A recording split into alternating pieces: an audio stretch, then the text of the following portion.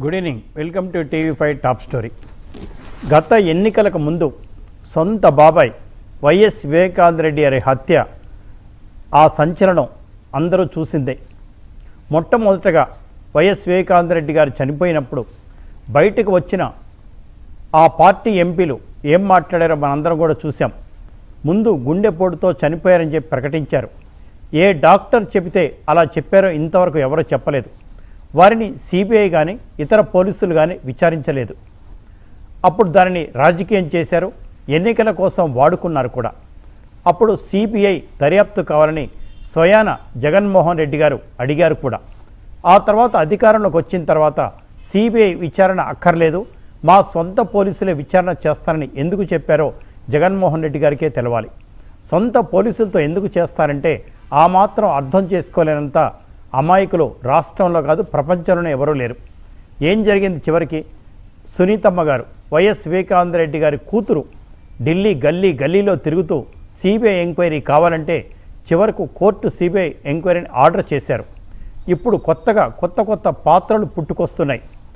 CBI 10 కోట్లు ఇస్తానని చెప్పిందని, అబద్ధపు సాక్ష్యం చెప్పందని నేరుగా ఒక ఎస్పీకి ఒక గంగాధర్ రెడ్డి గారు అనుకుంటా చెప్పారంటే ఎంత ఘోరమండి. అతను ఒక క్రిమినల్ చరిత్ర గల వ్యక్తి, పులివెందులకు సంబంధించిన వ్యక్తి, అత్తగారింట్లో ఉంటున్నారు. ఎన్నో కేసులు ఉన్నాయని చెప్పి మనకు తెలియొచ్చింది. అటువంటి వాళ్ళు సిబిఐ మీద పోలీసులు కంప్లైంట్ ఇస్తున్నారంటే ఈ రాష్ట్రం ఎడిపోతోంది. క్రిమినల్స్ ఏం చేస్తూ ఉన్నారు, లా అండ్ ఆర్డర్ ప్రాబ్లం ఎలా ఉందో ఇట్టే అర్థం చేసుకోవచ్చు. పెట్టండి సిబిఐ మీద కేసులు చూద్దాం. సిబిఐ మీద పెట్టండి.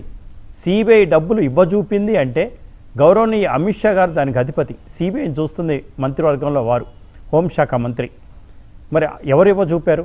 సిబిఐ ఆఫీసర్లకు డబ్బులు ఎక్కడి నుంచి వస్తాయి? సిబిఐ ఆఫీసర్ని ఎందుకు గెలిచారు వీళ్ళు? అంటే వివేకానంద రెడ్డి గారి హత్య కేసుని సిబిఐ ఒక కొలిక్కి తీసుకురాబోతోంది. ఎవరెవరు మర్డర్ ప్లాన్ చేశారో నీట్గా చెప్పబోతోంది. అందుకని సిబిఐ మీద ఆరోపణలు. ఏమిటి పరిస్థితి? ఎడిపోతుంది ఆంధ్రప్రదేశ్. సొంత బాబాయిని చంపితే ఎవరికి బీపీ పెరగలేదా మీ ఇంట్లో? సొంత బాబాయిని చంపిన వాళ్ళని కూడా క్షమించి వదిలేస్తారా? వైఎస్ అవినాష్ రెడ్డి గారు కానీ, భాస్కర్ రెడ్డి గారు కానీ, లేదా ఇంకొకరు శంకర్ రెడ్డి గారు కానీ, వీరంతా నిందితులు కాదా? తేల్చండి సార్. గౌరవనీయ జగన్మోహన్ రెడ్డి గారు తేల్చండి సార్. సొంత బాబాయిని చంపితే కూడా ఊరుకున్నారు మీరు. మీ మీద ఎవరో తిడితే, టీడీపీ అధికార ప్రతినిధి తిడితేనే బీపీ పెరిగి వాళ్ళ పార్టీ ఆఫీస్ ధ్వంసం చేశారే. అంత మంచి కార్యకర్తలు ఉన్నారు కదా మీకు, అంత మంచి అభిమానులు ఉన్నారు కదా మీకు, అంత మంచి ఫ్యాన్స్ ఉన్నారు కదా మీకు. మరి ఇప్పుడు ఏం జరిగింది? సొంత బాబాయిని చంపితే ఏమీ లేదా? ఏం జరుగుతుంది మీ రాష్ట్రంలో? శ్రవణ్ కుమార్ గారు, మాజీ న్యాయమూర్తి, ప్రస్తుత హైకోర్టు అడ్వకేట్ మనతో ఉన్నారు. అలాగే శంకర్ కళ్యాణ్ దిలీప్, మరో న్యాయవాది. అలాగే మనకు ప్రముఖ రాజకీయ సామాజిక విశ్లేషకులు మిత్రులు పురుషోత్తం రెడ్డి గారు కూడా ఉన్నారు. ఎస్, శ్రవణ్ గారు నమస్కారం.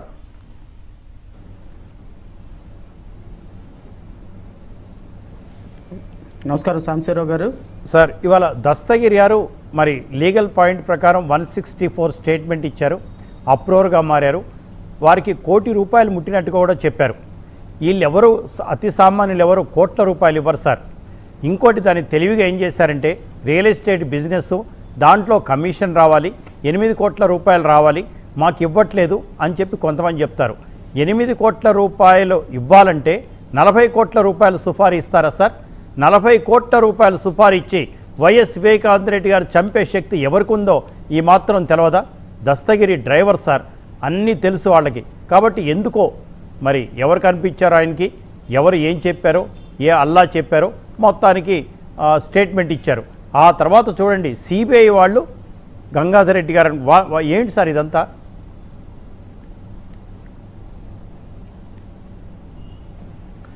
సాంబశివరావు గారు, ఐఎమ్ వెరీ సారీ.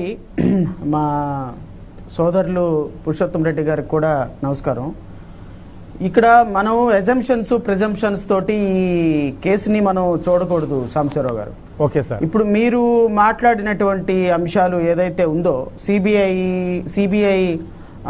సిబిఐకి ఇవ్వగలరా, ₹1 కోటి ఇచ్చారా, ఇవ్వలేదా, 8 కోట్ల సుపారీకి 40 కోట్ల డీల్కి 8 కోట్ల సుపారీ ఇస్తారా, ఇవన్నీ కూడా మనం హైపోథెటికల్గానో లేకపోతే అజంప్షన్స్ ప్రిజంప్షన్తో మాట్లాడేటువంటి అంశాలు. ఎందుకంటే ఈ కేసు క్లియర్గా సిబిఐ మనకి మొదటి నుంచి కూడా చివరి వరకు కూడా ఆన్ రికార్డే మాట్లాడుకుందాం. దీంట్లో పెద్దగా మనం హైపోథెటికల్ గ్రౌండ్స్లోనో లేకపోతే ఎవరి మీద బురద జల్లే కార్యక్రమాలు అవసరం లేదు. మనం వాస్తవంగా ఏం జరుగుతుంది, ప్రొసీజర్ ఏం జరుగుతుంది, సిబిఐ ఏం చేయాలి, నిందితులు ఏం చేయాలి, కోర్టు ఏం చేయాలి, లేకపోతే ఆంధ్రప్రదేశ్ ముఖ్యమంత్రి గారికి, చీఫ్ మినిస్టర్ గారికి దీంట్లో పాత్ర ఏముంది, లేకపోతే చనిపోయినటువంటి వారి కూతురు, భార్య వాళ్ళకేం పాత్ర ఉంది, లేకపోతే నిందితులుగా చూపించబడుతున్నటువంటి అవినాష్ రెడ్డి గారి మన ఎంపీ గారికి ఏమేమి పాత్ర ఉంది, ఇవన్నీ కూడా ఆన్ రికార్డ్ జరుగుతున్నాయి ఎవ్రీడే. దీన్ని మనం విశ్లేషణ చేసుకుంటే చాలు మనకు ఒక క్లియర్ పిక్చర్ వచ్చే అవకాశం ఉంది. సాంబశివరావు గారు, ఈ కేసు మొట్టమొదటిసారిగా నేను సిబిఐ ఎంక్వైరీ పడింది, దాన్ని జగన్మోహన్ రెడ్డి గారు ఎందుకు విత్డ్రా చేసుకున్నారో నాకైతే క్లియర్గా తెలీదు.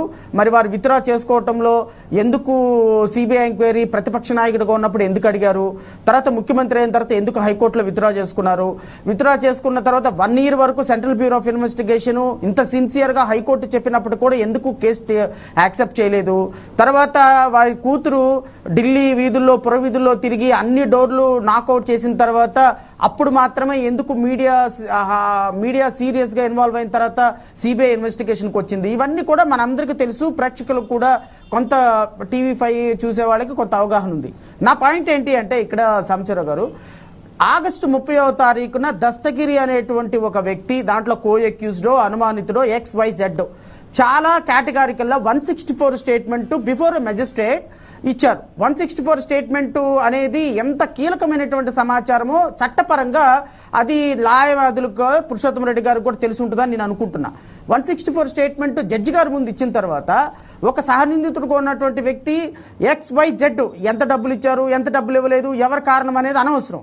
XYZ వ్యక్తులు నాకు డబ్బులు ఇచ్చారు, ఒక డబ్బు కొంత కూడా రికవరీ అయింది, ఇదిగో పలానా దానికి మోటివ్ ఇది అని చెప్పిన తర్వాత ఆయుధాన్ని కూడా అతను పలానా చోట దాచిపెట్టారని కేటగారికల్గా చెప్పిన తర్వాత ఆగస్టు 30 నుంచి అది బయటకు వచ్చేటప్పటికి, అంటే సహనిందితులు అది మాకు కావాలి అని అడిగినప్పుడు November 9th or 8th date is if I remember right, 9th or 8th ఈ 164 స్టేట్మెంట్ బయటకు వచ్చిన తర్వాత ఈ ఎంపీ గారి పేర్లు వీళ్ళందరికీ తెలిసి వీళ్ళందరూ ఉన్నారు అనేటువంటి ఒక చర్చ ప్రపంచానికి తెలిసింది. ఆగస్టు 30వ తారీఖునే సిబిఐ దగ్గర వీళ్ళందరి పేర్లు ఉన్నప్పుడు నవంబర్ 8వ తారీఖు వరకు వారిని ఎందుకు విచారించలేదు, వారిని సహనిందితులుగా ఎందుకు పెట్టలేదు, ఇది ఒక ప్రశ్న. దీనికి సెంట్రల్ బ్యూరో ఆఫ్ ఇన్వెస్టిగేషన్ సమాధానం చెప్పి తీరాలి. ఎందుకు చెప్పి తీరాలి అంటే ఇది సెంట్రల్ బ్యూరో ఆఫ్ ఇన్వెస్టిగేషన్ విచక్షణాధికారం కలిగి ఉన్నప్పటికీ కూడా ఒక సహనిందితుడు కేటగారికల్గా చెప్పిన తర్వాత అట్లీస్ట్ ఆయన జడ్జి గారి ముందు ఇచ్చిన స్టేట్మెంట్ని కాదు మేము ఇన్వెస్టిగేషన్ చేసి మేము నిరూపించాము తప్పు అని చెప్పడానికైనా సిబిఐ వారిని అరెస్ట్ చేసి ఉండాల్సింది, లేకపోతే సిబిఐ దాన్ని పిలిచి క్వశ్చన్ చేసి ఉండాల్సింది. However, I don't know the reasons best known to the Central Bureau of Investigation. Not even he is being called. ఎట్లా ఏ విధంగా ఇంప్రెషన్ ఇవ్వాలనుకుంటున్నారు? ఇప్పుడు ఈ రోజు ఇచ్చినటువంటి సిబిఐ మీద కంప్లైంట్ చేసినటువంటి వ్యక్తి ఎవరైతే ఉన్నారో అతను సిబిఐ మాకు డబ్బులు ఇవ్వటం అని చెప్పడం ఏంటి? అసలు ఇన్వెస్టిగేషన్ ఏజెన్సీ ఇంత తప్పులు చేయటం ఏంటి? ఇన్వెస్టిగేషన్ ఏజెన్సీ ఇంత లీనియంట్గా ఉండటం ఏంటి? ఇన్వెస్టిగేషన్ ఏజెన్సీ మరి పంజరంలో చిలకలాగా మారుతుందా? దీని మీద చర్చ జరగాలి, ఖచ్చితంగా చర్చ జరగాలి. ఎందుకు చర్చ జరగాలి అంటే జగన్మోహన్ రెడ్డి గారి కేసుల్లో దేశ చరిత్రలో మొట్టమొదటిసారిగా ఈ కేసులో మాకు సంబంధం లేదు, మీరు ఏ నిర్ణయం తీసుకున్నా మేము వదిలేస్తామని చెప్పేసి నిందితుడికి సహకరిస్తూ అఫిడవిట్ వేసినటువంటి central bureau of investigation, BJP కింద పనిచేస్తున్నటువంటి central bureau of investigation, Amit Shah కింద మోడీ గారి కింద పనిచేస్తున్నటువంటి సెంట్రల్ బ్యూరో ఆఫ్ ఇన్వెస్టిగేషన్ ఖచ్చితంగా ఆన్సర్ చెప్పి తీరాలి. నాకు కాదు, అక్కడ కూర్చున్న పురుషోత్తమ రెడ్డి గారికి కాదు, TV5 కాదు, వారి తండ్రి చనిపోయిన వారి కూతురికి ఆన్సర్ చెప్పి తీరాలి. వారి కూతురికి చనిపోయాడు, నా భర్త చనిపోయాడనే భర్తకు ఆన్సర్, భార్యకి ఆన్సర్ చెప్పి తీరాలి. ఈ ఆన్సర్ చెప్పకపోతే central bureau of investigation is colluded with the accused అనేటువంటి ఇంప్రెషన్ కలుగుతుంది. అది ఎంపీ గారైనా ముఖ్యమంత్రి గారైనా శ్రవణ్ కుమార్ అయినా సరే central bureau of investigation which is a premier investigation agency in the entire country has to answer. Justice not only to be done, it seems to be done. Yes. ఎందుకు తెలుసా? Investigation మా ఇష్టం వచ్చినట్టు చేసుకుంటా ఉంటే కుదరదు. కొన్ని ప్రిన్సిపల్స్ పాటించాలి సాంబశివరావు గారు. అవి లేకుండా ఇన్వెస్టిగేషన్ జరుగుతుంది అని నాకు మొదటి నుంచి కూడా దీని మీద ఒక అవగాహన ఉంది. మొదటి నుంచి కూడా సిబిఐ ఇది పెద్దల తలకాయల్ని తప్పించడానికి చేస్తున్నటువంటి కపట నాటకం అని అయితే మాత్రం కేటగారికల్గా అర్థమైపోతుంది. దీంట్లో ఇంతకు పిచ్చే పెద్ద మనం చెప్పించుకోవడానికి ఏం లేదు సాంబశివరావు గారు. రైట్, వచ్చిన బ్రేక్ తర్వాత పురుషోత్తమ రెడ్డి గారు మాట్లాడతారు. టాప్ స్టోరీకి తిరిగి స్వాగతం. పురుషోత్తమ రెడ్డి గారు నమస్కారం సార్. నమస్తే సార్, చెప్పండి. పురుషోత్తమ రెడ్డి గారు, వైఎస్ వివేకానంద రెడ్డి గారు హత్య చేయబడ్డారు అంతవరకు అందరూ నమ్ముతున్నారు. అంటే ఆ రోజున గౌరవనీయ విజయసాయి రెడ్డి గారు మిగతా వాళ్ళంతా బయటకు వచ్చి గుండె నొప్పుతో వివేకానంద రెడ్డి గారు సీనియర్ నాయకులు చనిపోయినందుకు మేము విచారం వ్యక్తం చేస్తున్నాం, సంతాపం ప్రకటిస్తున్నామని చెప్పారు. వారికి ఏ డాక్టర్ సర్టిఫికెట్ ఇచ్చారో, ఎవరు గుండె నొప్పితో చనిపోయారని చెప్పారో ఇంతవరకు తెలియదు. మరి అలా చెప్పిన వారిని పోలీసులు కానీ సిబిఐ కానీ ఇన్వెస్టిగేషన్ ఏజెన్సీస్ కూడా విచారించలేదు. ఆ తర్వాత హత్య అని తెలవంగానే ఓ 3-4 అవర్స్లోనే చంద్రబాబు నాయుడు గారు, లోకేష్ గారు, ఆదినారాయణ రెడ్డి గారు చంపేశారని చెప్పారు. ఆ విషయాలు ఎవరు చెప్పారో తెలియదు, రాజకీయంగా వాడుకున్నారు. ఇందాక శ్రావణ్ కుమార్ గారు చెప్పినట్టుగా నాడు సిబిఐ కావాలని చెప్పిన గౌరవనీయ జగన్మోహన్ రెడ్డి గారు ఇప్పుడు వద్దన్నారు. సరే సునీత గారు, ఇప్పుడు గంగాధర్ రెడ్డి గారు కొత్తగా తెర మీదకి తెచ్చారు సార్. తెచ్చి ఏం చెప్పిస్తున్నారు? సునీతమ్మ గారు చెప్పమన్నారు, శివశంకర్ రెడ్డి గారి పేరు చెప్పన్నారు, భాస్కర్ రెడ్డి గారి పేరు చెప్పన్నారు, వైఎస్ అవినాష్ రెడ్డి గారి పేరు చెప్పన్నారని ఈయన చెప్తా ఉన్నాడు. అంటే ఈ కేసును ముందుకు జరగనీయకుండా, దోషులను పట్టుకోవడానికి వీలు కాకుండా ఎంత వేషాలయ్యాలో, ఎంత డ్రామా నడిపించాలో అంత ప్రభుత్వం నడిపిస్తుంది సార్. ఇప్పుడు వైఎస్ వివేకానంద రెడ్డి గారి దారుణమైన హత్య అనేది మొత్తం సమాజం ఆందోళన కూడా చెందింది. ఎందుకంటే వారు ప్రజానాయకులు, అంత పెద్ద ప్రజానాయకుల పట్లే అట్లా ప్రవర్తిస్తే మిగతా వాళ్ళ పరిస్థితి ఏందన్న భయాందోళన ఎవరికైనా కలుగుతుంది. వారి మీద అభిమానం, రెండవది జరిగిన సంఘటన యొక్క తీరు బాధాకరమైన విషయం. ఆ క్రమంలో ఆనాడు ఎన్నికలకు వాతావరణం ఏర్పడుతున్న నేపథ్యంలో వైఎస్ఆర్ కాంగ్రెస్ పార్టీ నేరుగా చంద్రబాబు నాయుడు గారి పైన, ఆ రోజు ఆదినారాయణ రెడ్డి గారి పైన ఛార్జీ చేయడం, వీళ్ళు జగన్మోహన్ రెడ్డి గారి పైన ఛార్జ్ చేయడం చకచకా జరిగిపోయినాయి. ఎవరు ఏం మాట్లాడినారో అవన్నీ తెలుసు మనకు. బట్ పరస్పరం రెండు ప్రధాన పార్టీలు నిందలు వేసుకోవడం కారణంగా దానికి మరింత సమస్యగా సంక్లిష్టంగా మారిపోయింది. చనిపోవడం, చంపిన తీరు అన్నది ఒక భయానకం అయితే, రెండు ప్రధాన పార్టీలు పరస్పరం నువ్వు కారణం అంటే నువ్వు కారణం అనుకొని దీన్ని కూడా రాజకీయాల్లో లాగే ప్రయత్నం చేయడం వల్ల దాన్ని జటిలంగా మారింది. కారణం ఏమైనా తర్వాత 2019 జగన్మోహన్ రెడ్డి గారు అధికారంలో రావడం, సిబిఐ కాకుండా మేమే విచారణ చేస్తామని చెప్పడం, వారి కుమార్తె అభ్యంతరం చెప్పడం, ఇవి కూడా జరిగిపోయినాయి. మళ్ళీ సిబిఐ విచారణతో ముందుకు నడుస్తుంది. సహజంగా సిబిఐని మనం అందరూ ఎక్కువ మంది విశ్వసిస్తాము అంటే ఈ దేశంలో ఉన్న విచారణ సంస్థల్లో హైయెస్ట్ క్రెడిబిలిటీ సంస్థగా, ఉన్నంతలో ది బెస్ట్ సంస్థగా భారత సమాజం ఆశించేది central bureau of investigation, CBI. అంటే దాంట్లో లోపాలు లేవా? ఉండొచ్చు. కానీ ఈరోజు మనం కోర్టులు ఎట్లా నమ్ముతాము, అల్టిమేట్గా సుప్రీంకోర్టు కరెక్ట్ ఎట్లా ఆశిస్తామో, ఇట్లా ఒక విశ్వాసం కొన్ని సంస్థల పట్ల దేశంలో ఉన్నాయి. అలాంటి సంస్థలో సిబిఐ ఒకటి.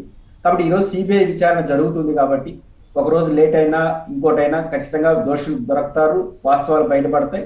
అది చూడాల్సిన అవసరం ఉంది. అయితే ఈ మధ్యలో కొంతమంది దీంట్లో నిందితులుగా ఉండేవాళ్ళు, లేదా ఆరోపణలు ఎదుర్కొంటున్నా ఉండేవాళ్ళు ఈ మొత్తం కేసును తప్పుదోవ పట్టించడానికి కోసం కావచ్చు, లేదా పక్కదారి పట్టించుకోవడం కోసం కావచ్చు, తప్పించుకోవడం కోసం కావచ్చు, గందరగోళం చేయడం కోసం కావచ్చు, జరుగుతున్న వాస్తవాలు మనకు కనపడుతున్నాయి. దీంట్లో ఎవరి పాత్ర ఏంటనేది విచారణ సమస్యలు మనం కాదు కాబట్టి వాటి జోలికి నేను వెళ్ళలేను. కానీ ఇట్లాంటి వాతావరణం అది ఇప్పుడు రాష్ట్రంలో జరుగుతున్న కొన్ని ఘటనలు, ఈ నిన్న మీరు ప్రస్తావించిన వ్యక్తి యొక్క ఆరోపణలు, ఇవన్నీ చూసినప్పుడు కొంత తప్పుదోవ పట్టించే ప్రయత్నం ఎవరైనా చేస్తున్నారా అనుమానం సమాజానికి కలుగుతుంది. కాబట్టి సిబిఐ మరింత షార్ప్గా ఇట్లాంటి వాటిని దృష్టిలో పెట్టుకొని త్వరితగతిన ఈ కేసును ముగించడం ఒక్కటే దీనికి ఒక పరిష్కారం. లేట్ అయ్యేసరికి ఏమవుతుంది, ఇట్లాంటివన్నీ రావడం, గందరగోళం కావడం, ఎవరో ఇన్ఫ్లుయెన్స్ చేస్తారని అనవసరమైన ఆరోపణలు రావడం కారణం అవుతున్నాయి. కాబట్టి వీలైనంత తొందరలో ఈ సిబిఐ కేసుని ముగించి దోషులు ఎవరో సమాజం ముందు నిలబెట్టగలిగితే చాలా సమస్యలకు పరిష్కారం వచ్చే అవకాశం ఉంది. ఈరోజు వారు ఆరోపించింది నేను చాలా విచిత్రంగా కూడా అనిపించింది. ఎందుకంటే సిబిఐ ఏదన్నా డబ్బులు ఇవ్వదలుచుకుంటే అధికారికంగానే చెప్తుంది. దీనికి ఎవరైనా సాక్ష్యం చెప్తే మీకు ఈ నజరానా ఇస్తానని డైరెక్ట్ గానే చెప్తారే తప్ప ఇండైరెక్ట్ గా ఇవ్వడానికి సిబిఐ గారికి అవకాశాలు లేవు. ఒక గవర్నమెంట్ ఏజెన్సీ కాబట్టి ఇట్లాంటివన్నీ బహుశా రాంగ్ ఇంటర్ప్రిటేషన్ చేయడానికి కోసం, ఏదో కొంతమంది వాళ్ళు తప్పించుకోవడం కోసం చేసిన చేష్టలుగానే మనకు కనిపిస్తాయి. ఏదైనప్పటికీ కూడా సిబిఐకి ఉన్న క్రెడిబిలిటీ రీత్యా వీళ్ళని తొందరగా ఈ సమస్యను పరిష్కరించి దోషులని సమాజం ముందు నెట్టాలి, సమాజం ముందు వాళ్ళని పెట్టాలి. ఎందుకంటే ఒక దురదృష్టకర పరం, ఎవరు చేయాల్సిన పని వాళ్ళు ఇన్ టైంలో పూర్తి చేస్తే చాలా సమస్యలు పరిష్కారం అవుతాయి. చేయకపోతే విపరీత పరిస్థితులు దారేసి ఇప్పుడు అదే కదా ఉదాహరణ, ఇప్పుడు వివేకానంద రెడ్డి గారి కేసు లేట్ అవ్వకుండా సిబిఐ ఇన్ టైంలో పూర్తి చేస్తుంటే మీలాంటి ఛానల్స్ ఇంకొకళ్ళ ఛానల్స్ కూర్చొని చర్చించుకోవాల్సిన అవసరం వచ్చింది. పురుషోత్తం రెడ్డి గారు దయచేసి మనం కొన్ని విషయాలు స్పష్టంగా మాట్లాడుకుందాం. సిబిఐ లేట్ చేయడం వల్లే గంగాధర్ రెడ్డి గారు ఇలాంటి స్టేట్మెంట్ ఇచ్చారా? సిబిఐ లేట్ చేయడం వల్లే ఇవాళ జగన్మోహన్ రెడ్డి గారు ప్రభుత్వం ఉండగా జగన్మోహన్ రెడ్డి గారు బంధువులైన భాస్కర్ రెడ్డి గారు, అవినాష్ రెడ్డి గారు, లేదా వారి అనుచరులు శివశంకర్ రెడ్డి గారు, ఇంకా మిగతా వాళ్ళు డ్రైవర్లు, వీళ్ళందరి పేర్లు చెప్పండి, వీళ్ళందరూ హత్యలో పాల్గొన్నారని చెప్పండి అని చెప్పి గంగాధర్ రెడ్డి గారిని సునీతమ్మ గారి మనుషులు బెదిరిస్తున్నారా? ఇవాళ పులివెందుల్లో వైఎస్ జగన్మోహన్ రెడ్డి గారు కాదని, వాళ్ళ కుటుంబ సభ్యుల్ని కాదని, వాళ్ళ పవర్ని కాదని, దట్టు పులివెందుల్లో గంగాధర్ రెడ్డి గారిని వైఎస్ సునీతమ్మ మనుషులు బెదిరిస్తారా? నిజంగా జరిగే పనేనా? Let us talk frankly, sir. YS Sunitha garu వారు డాక్టర్, వారేమి ప్రొఫెషనల్ పొలిటీషియన్ కూడా కాదు, వారి అల్లుడు కూడా రాజకీయ నాయకుడు కాదు. కాబట్టి వాళ్ళు ఇట్లాంటి వాటిలో ఇన్వాల్వ్ అయ్యేంత సామర్థ్యం కూడా లేదు. వాళ్ళ ఉద్దేశాన్ని నేను చెప్పను, సామర్థ్యం కూడా లేని వాళ్ళు ప్రొఫెషనల్ గా డాక్టర్లు, గౌరవప్రదమైన జీవితం గడుపుతున్న వాళ్ళకి అంత శక్తి ఉంటే ఇంకో రూపంలో ఉండేది. కాబట్టి వాళ్ళు అలాంటి పనులు చేస్తారని నేను నమ్మలేదు. కానీ ఏదైనప్పటికీ కూడా ఎవరో చెప్పిందని ఆధారంగా చేసుకొని వీళ్ళపై నిందలేయడం అంటే విచారణ సమస్యలు మనం కాదు. కాబట్టి విచారణ సమస్యలు ఇవన్నీ తేల్చేస్తే ఈ సమస్య ఉండదు కదా అని నేను అంటాను. ఎందుకంటే సునీత గారు నాకు వ్యక్తిగతంగా తెలియదు, కానీ వాళ్ళు మంచి డాక్టరు, వాళ్ళ కుటుంబం కానీ వాళ్ళ అల్లుడు గారు నాకు వ్యక్తిగత చిన్న పరిచయం ఉంది. వాళ్ళు అలాంటి వ్యక్తులు కాదు, వాళ్ళకి ఆ శక్తి ఆ సామర్థ్యం కూడా ఈ దశలో ఎక్కడ ఉంటుంది? అంత ఉంటే వాళ్ళ తండ్రిని కోల్పోయి మామను కోల్పోయి వాళ్ళు బాధపడుతున్నప్పుడు ఇట్లాంటి వాటికి ఎందుకు పాల్పడతారు? వాళ్ళకి అవసరం ఏమొచ్చింది? వాళ్ళు కోరుకుంటుందల్లా ఎవరు చంపారు, ఎందుకు చంపారో సమాజం ముందు నిలబెట్టి వాళ్ళు శిక్షించాలి అనేది వాళ్ళు ఏకవచనంతో కోరుకుంటున్న మాట. కాబట్టి వాళ్ళు ఇట్లాంటి పనులు చేస్తారని నేను అనుకోను. కానీ ఇట్లా ఆరోపణలు ఎందుకు వస్తే ముందు చెప్పాను, తప్పుగా పట్టించుకోవడం కోసం, తప్పించుకోవడం కోసం ఎవరైనా వ్యక్తులుగా చెయ్యొచ్చు. వెనకాల ఎవరున్నారనే మనం ఇంటర్ప్రిటేషన్ చేసి దాన్ని మరింత గందరగోళం చేసేదానికన్నా సిబిఐ బయట జరిగే వాస్తవాలు సిబిఐ మీద ఇన్ఫ్లుయెన్స్ జరిగిపోయి వాళ్ళు గందరగోళం పడతారని నేను అనుకోను. కానీ సమాజాన్ని ఎందుకు ఈ మొత్తంలో గందరగోళం చేయకుండా సిబిఐ వెంటనే పూర్తి చేసేస్తే అన్ని సమస్యలు పరిష్కారం అవుతాయి కదా నేను అంటాను. రైట్. శ్రవణ్ కుమార్ గారు, దీంట్లో రాను వారు చెప్పినట్టుగా మొన్న మధ్య ఒక జర్నలిస్ట్ మిత్రుడు వచ్చి కొన్ని కథలు అల్లారు, కొన్ని కబుర్లు చెప్పారు.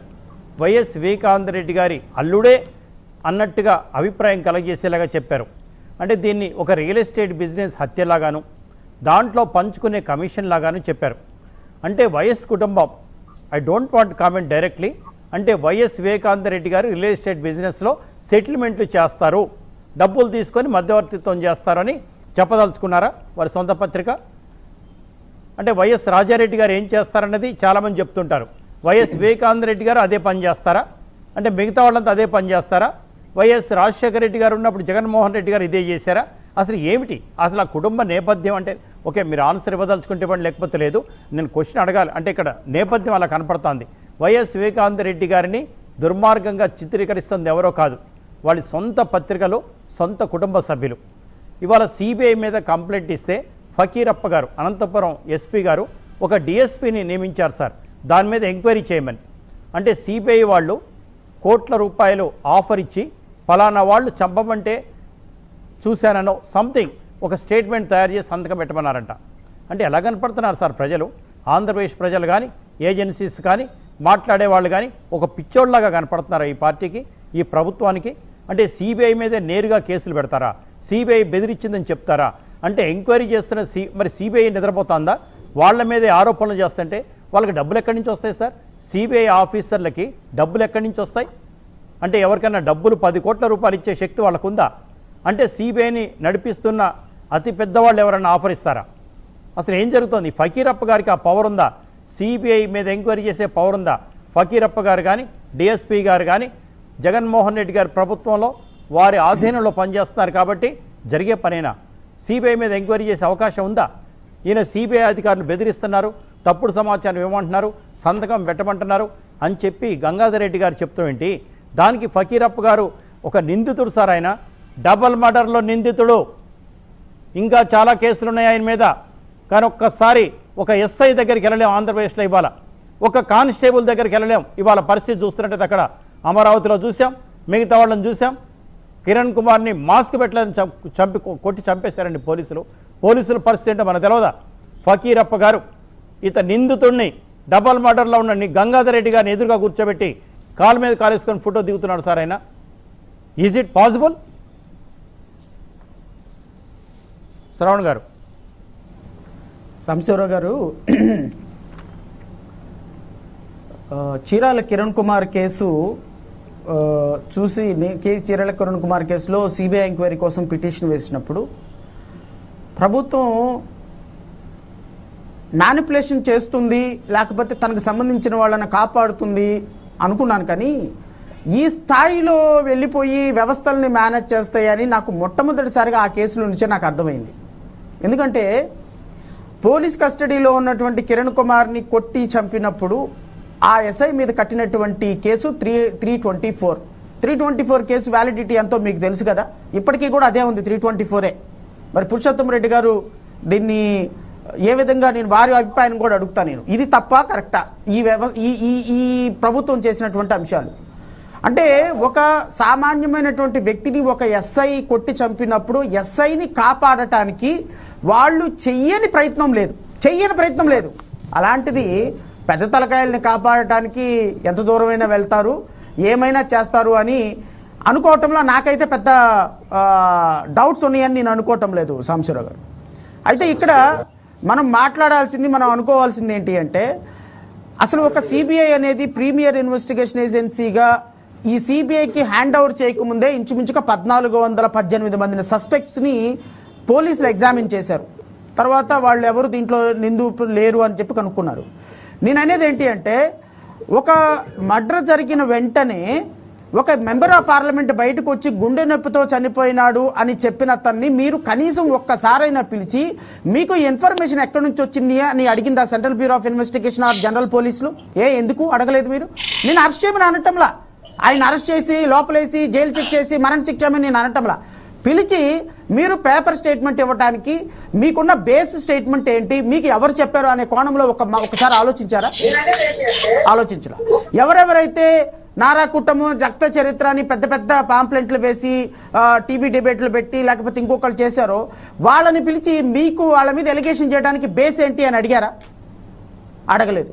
ఎందుకు అడగలేదు అంటే వాళ్ళు ప్రభుత్వంలో ఉన్న పెద్దలు కాబట్టి మీరు అడగరా? అదే నాలాంటోడిని ఇంకొకళ్ళు లాంటోడిని అయితే 36 నోటీసులు ఇచ్చి పొద్దున సాయంత్రం మధ్యాహ్నం పిలుస్తారా? అంటే పౌరులకు ఒక లాను, మీ ముఖ్యమంత్రులకి ఆయన మెంబర్ ఆఫ్ పార్లమెంట్కి ఒక చట్టమా ఈ దేశంలో? సెంట్రల్ బ్యూరో ఆఫ్ ఇన్వెస్టిగేషన్ ఎందుకు మనం వెనకేసుకురావాలి ఇక్కడ సాంబశివరావు గారు చెప్పండి? సెంట్రల్ బ్యూరో ఆఫ్ ఇన్వెస్టిగేషను దాని మీద ఆరోపణలు రావంటే రావా? ప్రపంచానికి వారు నిజాయితీగా నిష్పక్షపాతంగా ఇన్వెస్టిగేషన్ చేస్తున్నామని ఇంప్రెషన్ ఇవ్వాల్సిన బాధ్యత వాళ్ళ మీద లేదా? ఈరోజు ఒక్క పెద్ద తలకాయను కూడా పిలిచి మీరు మాట్లాడినప్పుడు, ఆగస్టు 30వ తారీఖు స్టేట్మెంట్ జడ్జి దగ్గర ఉన్నప్పుడు మీరు పిలిచి ఇంత క్లియర్గా ఉన్నటువంటి స్టేట్మెంట్లో కనీసం ఒక్కళ్ళను కూడా పిలిచి మీరు దాని మీద ప్రాపర్ ఇన్వెస్టిగేషన్ చేయనప్పుడు మీ మీద ఆరోపణలు వస్తాయి. మీరు అడిగిన ప్రశ్నకి నేను తర్వాత సమాధానం చెప్తా. ఎందుకంటే ఇది చాలా కోణాలలో ఆలోచించాల్సినటువంటి కేసు. ఇది పొలిటికల్ మర్డర్, దీంట్లో డౌటే లేదు. సింపతి గెయిన్ చేయటానికి, దీంట్లో రాజకీయాలు చేయటానికి, ఆయన మరణాన్ని కూడా వాడుకోవటానికి పెద్ద తలకాయలు చేయించినటువంటి మర్డర్ అనేది ఏ గడపను అడిగినా చెప్తుంది కడపలో. దానికి పెద్ద ఇంప్రెషన్స్ అవసరం అంటారా?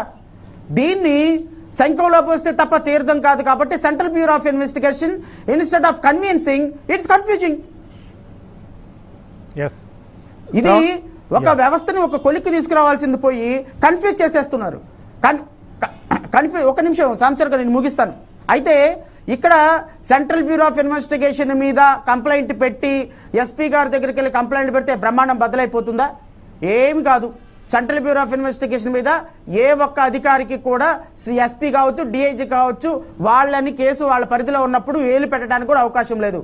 అయితే గీతే ఈయన సిబిఐ జడ్జి గారికి వెళ్ళి కంప్లైంట్ ఇవ్వాలి, లేకపోతే విజిలెన్స్ కమిషనర్ గారికి వెళ్ళి కంప్లైంట్ ఇవ్వాలి, లేకపోతే వీళ్ళ బాసులైన హోమ్ మినిస్టర్ గారికి వెళ్ళి కంప్లైంట్ ఇవ్వాలి తప్ప, కోర్టుకు రావాలి తప్ప, హైకోర్టుకు వచ్చి ప్రొటెక్షన్ అడగాలి తప్ప, ఎస్పీ గారి దగ్గరికి వెళ్తానో ఆయన డిఎస్పీని విచారణ అధికారికి వేస్తే ఏంటిది? ఏమీ జరగదు. దానికి అసలు సెంట్రల్ బ్యూరో ఆఫ్ ఇన్వెస్టిగేషన్ మీద విచారణ వేసేటువంటి అధికారం ఎస్పీకి లేదు, ఆ డిఎస్పీకి లేదు. అసలు ఈ నెల ఎస్పీ గారిని కలవటం కూడా ఒక బూటకం, ఒక నాటకం. ఎస్పీకి ఏం పరిధి ఉంటుంది? Once case is under the control of central bureau of investigation. Central bureau of investigation పరిధిలో ఉన్నప్పుడు ఎస్పీకి ఏం పరిధి ఉంటుంది? సో ఖచ్చితంగా ఇదంతా నాకు తెలిసి ఒక conspiracy. Instead of convincing they are confusing the system. Right. మన చర్చ చూస్తూ బీటెక్ రవి గారు మాజీ ఎమ్మెల్సీ అనుకుంటా. రవి గారు నమస్కారం. అన్న నమస్తే అన్న. సాంబశివరావు గారు నమస్తే అండి. నమస్తే. ఇప్పుడు మనకు మాజీ న్యాయమూర్తి గారు అలాగే విశ్లేషకులు పురుషోత్తం రెడ్డి గారు చెప్పారు, సునీతమ్మ గారి మనుషులు పులివెందుల్లో ఎన్ని లక్షల మంది ఉంటారు సార్, జగన్మోహన్ రెడ్డి గారి కన్నా ఎక్కువ ఉంటారు అక్కడ. సునీతమ్మ గారి మనుషులు గంగాధర్ రెడ్డి గారిని బెదిరించారని చెప్తున్నారు. అంత పవర్ఫుల్ ఆ మేడం గారు. నిజంగా అంత పవర్ఫుల్ సునీతమ్మ గారు అయితే ఢిల్లీ వీధుల నిండా సిబిఐ కేసు కోసం ఎందుకు మాట్లాడతారు మేడం గారు? వాళ్ళ నాన్నగారిని చంపిన తర్వాత ఆ బాధను దిగమింగుకున్నారు సార్. వాళ్ళు ఎంత కష్టపడుతున్నారో. మా నాన్నని ఎందుకు చంపారు, ఎవరు చంపారో తేల్చండి అని ఒక డాక్టర్, ఒక క్వాలిఫైడ్ డాక్టర్ అడుగుతున్నారు సార్. నాకు తెలిసి వాళ్ళ కుటుంబంలో డాక్టర్ చదువుకున్న మహిళ ఆమె అనుకుంటా.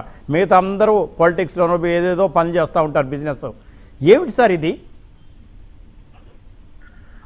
అంటే సాంబశివరావు గారు దీంట్లో ఫస్ట్ అతను గంగాధర్ రెడ్డి అనే అతని గురించి కూడా మీరు చెప్పారు. గంగాధర్ రెడ్డి అనే అతను దేవిరెడ్డి శివశంకర్ రెడ్డికి ఎట్లా కావాలంటే అట్లా గతంలో పనిచేసిన వ్యక్తి. అతను దేవిరెడ్డి శివశంకర్ రెడ్డి ఒక ఇద్దరిని డబల్ మర్డర్, అంటే అప్పటికి 20 years, అంతే 20 years అయిన ఇద్దరు పిల్లలను వచ్చేసి గొంతులు కోసి అక్కడ ఒక బ్రిడ్జి కింద పాతి పెట్టడంలో ఇతనే ఎవరు గంగాధర్ రెడ్డి ఈయనే స్వయంగా ఇంటికి పిలిపించుకొని వాళ్ళల్లో మందులో టాబ్లెట్స్ వేసి వాళ్ళని మత్తు వచ్చేట్టుగా చేసి ఆ కార్యక్రమాన్ని అంతా నిర్వహించిన వ్యక్తి గంగాధర్ రెడ్డి. ఆ తర్వాత మళ్ళీ అదే కేసులో గంగాధర్ రెడ్డి సరెండర్ అయిపోయి 15 రోజులు 20 రోజుల్లో సబ్ జైలు కూడా వేసి అప్పుడు ఛార్జ్ షీట్ వేయకుండా వీళ్ళకి బెయిల్ తీసుకొని వచ్చి తర్వాత కేసు కూడా కొట్టేయించారు. అంటే వాళ్ళిద్దరికి అంత మంచి సంబంధాలు. దేవిరెడ్డి శంకర్ రెడ్డి అది కూడా హత్య చేసింది ఎన్ని రూపాయలకో తెలిసి మీరు చాలా ఆశ్చర్యపోతారు. వాళ్ళకి ఇచ్చింది 10,000 రూపాయల డబ్బు. 10,000 రూపాయల డబ్బుకు 20 to 21 years ఉండే ఇద్దరు పిల్లకాయలను హత్య చేసిన వ్యక్తి గంగాధర్ రెడ్డి. అలాంటి అతని స్టేట్మెంట్ తీసుకొని ఈయన కర్నూలు ఎస్పీ గారు ఒక డిఎస్పీ స్థాయి అధికారిని ఎంక్వైరీకి వేయడం అంటేనే దీంట్లో స్టేట్ గవర్నమెంట్ పాత్ర అంటే దీంట్లో బాగా స్పష్టంగా మనకు కనపడుతోంది. ఎందుకంటే వాడు చిల్లర టైప్ అతను ఏదో నాకు ఏదో చెప్పి సిబిఐ నన్ను అడిగినారు, నన్ను బ్లాక్ మెయిల్ చేశారు. బీటెక్ రవి గారు నా క్వశ్చన్ ఏంటంటే, మీరు చెప్పినంత పవర్ఫుల్ మనిషి శివశంకర్ రెడ్డి గారికి అనుచుడు గంగాధర్ రెడ్డి గారు. శివశంకర్ రెడ్డి గారేమో అత్యంత సన్నిహితుడు అవినాష్ రెడ్డి గారికి.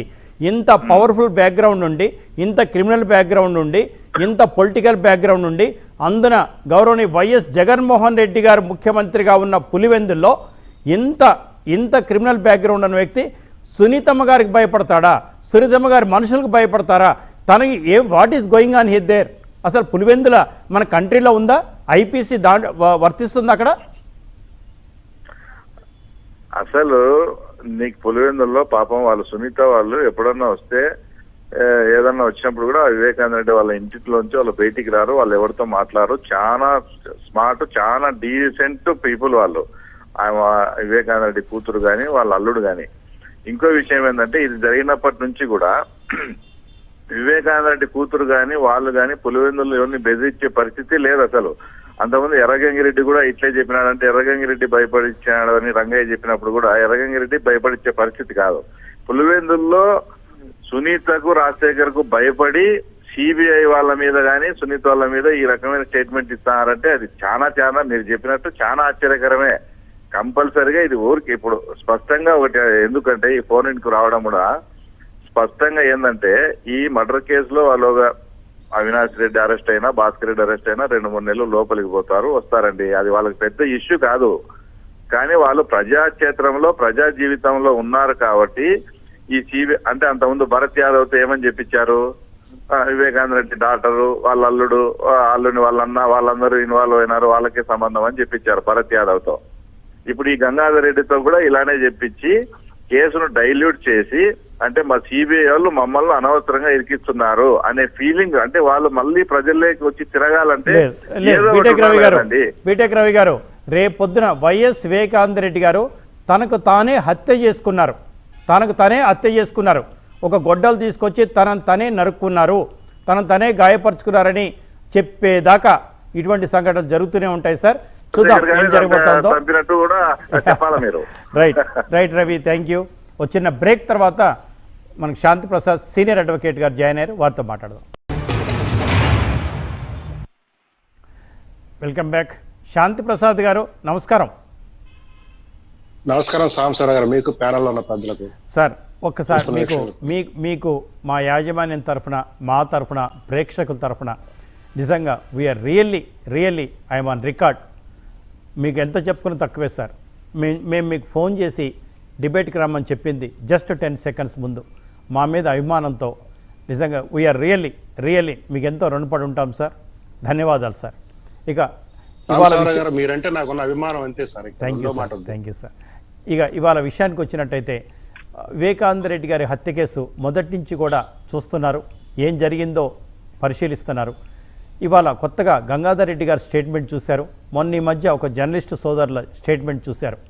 తిరిగి ఇది సునీతమ్మ గారి మీదో ఇంకా ఎవరి మీద నెట్టదలుచుకున్నారో చెప్పట్లేదు. అలాగే సిబిఐ మీద ఎస్పీ గారి కంప్లైంట్ ఏంటి, ఏమిటి అసలు ధైర్యం ఏంటి, అసలు ఏం జరుగుతోంది మీ స్టేట్లో సారీ ఆంధ్రప్రదేశ్లో? సాంబశివరావు గారు నాకు 3-4 నిమిషాలు ఇస్తే అసలు ఈ case please sir, please 5 minutes you take directly. ఇది హై ప్రొఫైల్ మర్డర్ కేసు అండి. జనరల్ గా మర్డర్ కేసులు 2 రకాల్లో ఉంటాయి. ఒకటి డైరెక్ట్ ఎవిడెన్స్, రెండోది సర్కమ్స్టాన్షియల్ ఎవిడెన్స్. చట్టంలో ఈ రెండే వ్యాలిడ్. డైరెక్ట్ ఎవిడెన్స్ అంటే ఆ మర్డర్ చేస్తుంటే ఎవరైనా వ్యక్తులు చూసి కళ్ళతో దాన్ని సాక్ష్యం చెప్పడం, అంటే ప్రత్యక్ష సాక్షులు ఉన్న కేసు. రెండోది సర్కమ్స్టాన్షియల్ అంటే పరిస్థితుల ప్రభావం రీత్యా ఫలానా వ్యక్తులు ఫలానా అంటే ఎప్పుడైతే నేరుగా చూసిన వ్యక్తులు లేరో ఆ పరిస్థితులను లింక్ చేసుకుంటూ వెళ్ళటం వల్ల దొరికిన వ్యక్తులు సంబంధిత వ్యక్తుల్ని ప్రశ్నించడం వల్ల వచ్చిన దాన్ని సర్కమ్స్టాన్షియల్ ఎవిడెన్స్ అంటారు. డైరెక్ట్ ఎవిడెన్స్ లో వచ్చినప్పుడు కేసు బలంగా నిలబడిపోతుంది ఆ సాక్షులు విచారణ సమయంలో చెప్పగలిగితే. సర్కమ్స్టాన్షియల్ ఎవిడెన్స్ వచ్చినప్పటికీ లింకులన్నీ కరెక్ట్ గా లేకపోతే కేసు ఎప్పుడు ఫెయిల్ అవుతుంది సార్. కొద్దిగా డైరెక్ట్ ఎవిడెన్స్ కన్నా ఇది తక్కువ బలం ఉన్న కేసు సర్కమ్స్టాన్షియల్. వివేకానంద రెడ్డి గారి కేసు సర్కమ్స్టాన్షియల్ ఎవిడెన్స్ తో ఉన్న కేసు ఇది మనం ప్రాథమికంగా మనం గుర్తిస్తే ఇక స్వరూపం మనకు అర్థమవుతుంది, ఈ సీక్వెన్స్ ఆఫ్ ఈవెంట్స్ మనకు అర్థమవుతాయి. సార్ మీరు ఆ తారీఖు నాడు మీరు గుర్తు చేసుకుంటే ముందు గుండెపోటు అన్నారో, చివరికి అది గొడ్డలపోటుకి వచ్చింది. గుండెపోటుని ఎవరు చెప్పారో, అక్కడ రక్త మరకలు ఉన్న ఇక్కడ చిన్న మనం గమనించాల్సిన విషయం ఏంటంటే ఇతను హత్య జరిగిన తర్వాత కొంతమంది అక్కడ వ్యక్తులు వెళ్ళటం కూడా జరిగింది, ఆ ప్రత్యక్షంగా చూడటం జరిగింది. చూసిన తర్వాత సంబంధికులకు ఫోన్లు చేయడం జరిగింది. సంబంధికులు ఫోన్లు చేసిన తర్వాత ఆ రక్త మార్గం అవన్నీ ఉన్న తర్వాత అది గుండెపోటుని చెప్పడం అనేది ఒక ఎంపీ స్థాయి వ్యక్తి వచ్చి బహిరంగ చెప్పడం అనేది అసలు ప్రాథమికంగా అది ఒక తప్పు. ఎందుకంటే తను కళ్ళతో ఏం చూడకుండా ఇది ఒక అంకం అయితే తర్వాత వారి కూతురు వచ్చిన తర్వాత స్వరూపం మొత్తం మారిపోయింది. ఆమెకు కొంతమంది వ్యక్తులు అక్కడ నేరస్థానాలకు సంబంధించిన ఫోటోలు పంపించడం, అవన్నీ చూసిన తర్వాత ఆమె స్వయంగా డాక్టర్ అవడంతో ఇది హత్య అని ఆమె భావించడం, దాని మీద ఆమె గట్టిగా నిలదీయటంతో చివరికి వివేక గారి పార్థివ దేహానికి పోస్ట్ మార్టం చేయాల్సిన పరిస్థితి ఏర్పడింది. తద్వారా అక్కడ జరిగిన గాయాలు అయ్యి నమోదు చేయడం, అది హత్యగా నిర్ధారించడం జరిగింది. ఇప్పుడు హత్య ఎవరు చేశారనే కోణంలోకి వచ్చేటప్పటికి నాడు జగన్మోహన్ రెడ్డి గారు అపోజిషన్ లీడర్ గా ఉన్నారు, చంద్రబాబు నాయుడు పవర్ లో ఉన్నాడు. ఇంకా 2-2.5 నెలలు అతను ఎలక్షన్ ఫేస్ చేయబోతున్నాడు. ఇంటరిమ్ గవర్నమెంట్ ఉంది. చంద్రబాబు నాయుడు, ఆదినారాయణ రెడ్డి ఇంకా కొంతమంది వ్యక్తులు చేయించారని చెప్పేసి జగన్మోహన్ రెడ్డి గారు క్లెయిమ్ చేయటం, సాక్షి పేపర్లో నారాసుర చరిత్ర అనే దాని మీద కథనాలు కూడా రావటం చూసాం. చంద్రబాబు నాయుడు గారు విచారణ చేస్తూ ఇదేమో జగన్మోహన్ రెడ్డి గారు వాళ్ళకి సంబంధించిన వాళ్ళు చేశారని చెప్పి ఆయనకు కౌంటర్ క్లెయిమ్ చేయడం కూడా చూసాం. రాజకీయంగా అది ఒక టర్న్ తీసుకోబోతున్న టైంలో జగన్మోహన్ రెడ్డి గారు హైకోర్టుని అప్రోచ్ అయ్యి దీని మీద గ్యాగ్ ఆర్డర్ తీసుకోవడం జరిగింది. ఆ ఎఫ్ఐఆర్ దానిలో ఉన్న కంటెంట్స్ బయటికి చెప్పడానికి వీల్లేదు, ఎన్నికల ప్రచారంలో వాడడానికి వీల్లేదని ఒక గ్యాగ్ ఆర్డర్ తీసుకోవడం జరిగింది. తద్వారా ఈ విషయాలు బయటికి పొక్కకుండా జరిగాయి. నిజంగా ఆ రోజు గ్యాగ్ ఆర్డర్ లేకపోయినట్లయితే, ఎఫ్ఐఆర్ కంటెంట్స్ బయటకు వచ్చినట్లయితే ఆ ముళ్ళు అనేది ఖచ్చితంగా జగన్ రెడ్డి గారికి వైపు తిరిగేది. సరే, అది అక్కడికి అంకం. తర్వాత ఆయన సిబిఐ ఎంక్వైరీ కోరడం జరిగింది జగన్ రెడ్డి గారు. ఈ స్థానిక పోలీసుల మీద నమ్మకం లేదని, ఎందుకంటే స్థానిక పోలీసులు అప్పటికే కొంత కంక్లూజన్కి వచ్చి స్క్రీనింగ్ ఆఫ్ ఎవిడెన్స్ జరిగిందని అవన్నీ తీసుకుని రావటం, దాని మీద వాళ్ళు తీవ్రంగా పరిశోధన చేస్తుండటంతో ఇది మెడకు చుట్టుకునేట్టు ఉందా అన్న ఉద్దేశంలో సిబిఐ ఎంక్వైరీ కోర్టులో జరిగింది. సిబిఐ ఎంక్వైరీ పెండింగ్ లో ఉండగా ఎలక్షన్ జరిగి పదవులు మారిని. చంద్రబాబు నాయుడు గారు ప్రతిపక్ష హోదాకు వచ్చారు, జగన్ రెడ్డి గారు ముఖ్యమంత్రి హోదాలోకి వచ్చారు. కానీ ఇక్కడ ఎంతకాలం గడిచినా ఆ కేసులో వివరాలు బయటికి రాకపోవడంతో ఇక సిట్టు ఇటువంటి వివరాలని నేను చెప్పదలుచుకోలేదు. నేను కొన్ని విషయాలు మాత్రం ప్రాథమిక సృష్టించదలుచుకున్నాను. సునీతారెడ్డి గారు హైకోర్టుని అప్రోచ్ అయ్యి నాకు సిబిఐ ఎంక్వైరీ కావాలి, పోలీస్ ఎంక్వైరీ వద్దంది. సొంత అన్న ముఖ్యమంత్రి హోదాలో ఉన్నా కూడా ఆమె నమ్మలేదు అంటేనే ఇక్కడ అనుమానాలు బలపడుతున్నాయి. తర్వాత ఆమె కొంతమంది పేర్లతో లిస్ట్ ఇచ్చింది. ఆ పేర్లు ఏంటో నేను చెప్పదలుచుకోలేదు, ఎందుకంటే ఇన్వెస్టిగేషన్ పెండింగ్ లో ఉంది కాబట్టి. ఆమె హైకోర్టుకు కూడా తెలియజేసింది. తదనంతరం జరిగిన పరిణామాల్లో సిబిఐ ఎంక్వైరీ కోసం జగన్ రెడ్డి గారు అడిగితే జగన్ రెడ్డి గారు సిబిఐ ఎంక్వైరీ నాకు వద్దు, నేను విత్డ్రా చేసుకున్నాను పిటిషన్ అన్నారు. ఇది ఒక అనుమానాస్పద సర్కమ్స్టెన్స్. అది అయిన తర్వాత చివరికి ఆ కోర్టు వారు సిబిఐ ఎంక్వైరీ ఇవ్వటం. సిబిఐ ఎంక్వైరీలో దగ్గర 2000 చిల్లర సాక్షులు విచారించాల్సి వస్తుంది. నేను ఒకటి బట్టి చెప్పదలుచుకున్నాను, ఇటువంటి కేసులో ప్రత్యక్ష సాక్షులు అనేవాళ్ళు రారు, ఏమైనా చూసినా కూడా చెప్పరు. ఎందుకంటే పులివెందులు అంటే ఏంటనేది ఇక నేను చెప్పక్కర్లేదు, అందరికీ తెలిసిన విషయమే. రెండోది, వివేకానంద రెడ్డి రాజశేఖర రెడ్డి సోదరుడుగా, రాజశేఖర రెడ్డి గారు ఆనాడు ప్రతిపక్ష నేత కానీ లేకపోతే ముఖ్యమంత్రిగా ఉన్నప్పుడే కానీ ఆయన పైపే వ్యవహారాలు చూసేవాడు తప్ప వివేకానంద రెడ్డి పులివెందుల కడప సంబంధించి మొత్తం వ్యవహారాలు చూసేవాడు. ఒక పైసా ఇటు నుంచి ఇటు పోవాలన్నా అటు నుంచి ఇటు రావాలన్నా ఒక రాజకీయంగా ఒక అడుగు అటేయాలా ఒక ఇడుగు అటేయాలా కేవలం వివేకానంద రెడ్డి గారి అనుమతితో జరిగాయి, రాజశేఖర రెడ్డి గారి పర్మిషన్తోను, అంటే ఆయన నాలెడ్జ్ ఉండటంతో. కానీ ఎప్పుడైతే రాజశేఖర రెడ్డి గారు ఉండగానే జగన్మోహన్ రెడ్డి గారు రాజకీయ ప్రవేశం జరిగిందో వివేకానంద రెడ్డి గారి ప్రతిష్ట మసకబారటం మొదలెట్టింది ఎంపీ స్థానం దగ్గర. తర్వాత జరిగిన పరిణామాలు సోనియా గాంధీ అవన్నీ పక్కన పెడితే తర్వాత రాష్ట్ర విభజన జరిగిన సమయంలో ఈయన జగన్మోహన్ రెడ్డి గారు పెట్టిన పార్టీలో చేరకుండా కాంగ్రెస్ పార్టీలోనే ఉంటూ మంత్రి పదవి కూడా తీసుకోవడం జరిగింది, ఎమ్మెల్సీ కూడా అవటం జరిగింది. అదంతా పదవిలో అట్లా ఎమ్మెల్సీ టర్మ్ అయిన తర్వాత ఏదో కుటుంబ నేపథ్యం ద్వారా ఇక మళ్ళీ ఆయన జగన్ రెడ్డి గారి పక్షాన్ని చేరడం జరిగింది. కానీ ఈయనకు ఉన్న స్థానికంగా ఉన్న పలుకుబడి పరపతి అనేది మిగతా వాళ్ళకి కొద్దిగా మింగుడు పడతలేదేమో అనేది అనుమానం. ఇక్కడ ఈ హత్యకి కోణాలు హేతు అనేది ఇప్పుడు చాలా ప్రధానం అండి. అది మర్డర్ ఫర్ గెయిన్, అంటే డబ్బుల కోసం చేసిన మర్డరా, పొలిటికల్ మర్డరా, లేకపోతే ఫ్యామిలీ ఫీడ్స్ వల్ల జరిగిన మర్డరా, ఇది కారణం సహేతుకంగా జరగాలి. ఎందుకంటే Dastagiri statement, Dastagiri one of the accused అండి A4 ఈ కేసులో. ఆ దస్తగిరి అనే వ్యక్తి ఇప్పటి వరకు ఎటువంటి సాక్ష్యం లేకుండా ధీమాగా దస్తగిరి అనే వ్యక్తి ఎప్పుడైతే 164 ఇచ్చాడో ఎప్పుడు వరకు మారతానని చెప్పి అక్కడ నుంచి కథ వేరే అంకంలో తిరగడం మొదలెట్టింది. అతను పూసగుచ్చినట్టుగా చెప్పినట్టుగా వచ్చింది. ఇక్కడ మనం గమనించాల్సిన విషయం ఏంటంటే దస్తగిరి ఏం చెప్పాడనేది బయట ప్రపంచానికి తెలియదు, ఎందుకంటే 164 కంటే సీల్డ్ కవర్ లో ఉంటుంది. అయితే A1 to A3 సంబంధించిన ముద్దాలకు సంబంధించిన న్యాయవాదులు కోర్టులో పిటిషన్ వేయడం ద్వారా ఆ 164 బయట తీసుకురావడం జరిగింది. సర్టిఫికేట్ కాపీలు రావడంతో ప్రపంచం మొత్తానికి అక్కడ ఏం జరిగింది అనేది బయట తెలిసింది. ఇది ఎందుకు తీసుకొచ్చారు అనే దానికి నేను ఇప్పుడు రీజన్ చెప్తాను సార్. సాధారణంగా ఇటువంటి కేసుల్లో క్రిమినల్ కాన్స్పిరసీ అంటే చంపడానికి కొంతమంది వ్యక్తులు కుట్ర పనటం, ఎందుకంటే అది ఆవేశంలో జరిగిన మర్డర్ కాదు, ప్లాన్డ్ మర్డర్ కాబట్టి. రెండోది ఆ అఫెన్స్ చేయడానికి కొంతమంది సహకరించడం, ఎబెటార్స్ ప్రోత్సహించే వాళ్ళు ఉంటారు. మూడోది యాక్చువల్ గా సీన్ లో ఉండి పార్టిసిపేట్ చేసేవాళ్ళు, పాత్రదారులు. నాలుగోది ఇటువంటి కేసుల్లో సాక్ష్యాలు లేకుండా సాక్ష్యాలని తారుమారు చేయటము, స్క్రీనింగ్ ఆఫ్ ఎవిడెన్స్ అంటాం. ఈ 4 అంకాలు జరిగినాయి. క్రిమినల్ కాన్స్పిరసీ, కాన్స్పిరేటర్స్ ఉన్నారు, ఎబటార్స్ ప్రోత్సహించిన వాళ్ళు ఉన్నారు, ఎగ్జిక్యూటర్స్ ఎవరంటే దస్తగిరి 164 లో ఉంది. ఇక స్క్రీనింగ్ ఆఫ్ ఎవిడెన్స్ జరిగింది. ఇప్పుడు 302 ప్రాపర్ అనేది క్లారిటీ వచ్చింది. క్లారిటీ రావాల్సింది 120B సంబంధించి కానీ 107 గారు 109 శ్యాంప్రసాద్ గారు, మనకు ఇటువంటి కేసులు డీల్ చేసిన మాజీ న్యాయమూర్తి శ్రావణ్ కుమార్ గారు కూడా ఉన్నారు. ఎస్, నేను ఒక చిన్న బ్రేక్ తీసుకొని I want extend sir. No there is a lot of subject I want extend further half an hour. ఒక చిన్న బ్రేక్ తర్వాత మళ్ళీ మీ దగ్గరికి వస్తాను నేను. టాప్ స్టోరీకి తిరిగి స్వాగతం. పురుషోత్తం రెడ్డి గారు, మనకు మాజీ న్యాయమూర్తి గారు శ్రావణ్ కుమార్ గారు అలాగే సీనియర్ అడ్వకేట్ శాంతి ప్రసాద్ గారు స్పష్టంగా చెప్పారు, దోషులు ఎవరైనా సరే బయటకు రావాల్సిందే. ఇది హై ప్రొఫైల్ మర్డర్. అందులో మాజీ మంత్రి, మాజీ ముఖ్యమంత్రి సోదరులు, ప్రస్తుత ముఖ్యమంత్రి జగన్మోహన్ రెడ్డి గారి బాబాయ్. కానీ మలుపు తిరుగుతున్న విధానం చూస్తుంటే ఎవరికి బాధ కలగడం లేదా?